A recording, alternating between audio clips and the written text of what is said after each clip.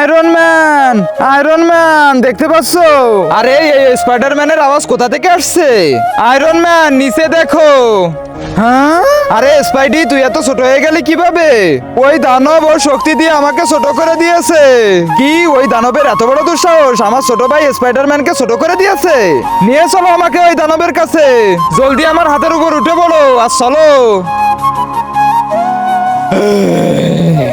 Iron man এই তো চলে আসছি আমরা, আর ওই হলো সেই দানব। আরে একে দেখে তো অনেক ভয়ঙ্কর দানব মনে হচ্ছে, কিন্তু তুমি চিন্তা করে না, একে আমি এখনই শিক্ষা দিয়ে আসতেছি।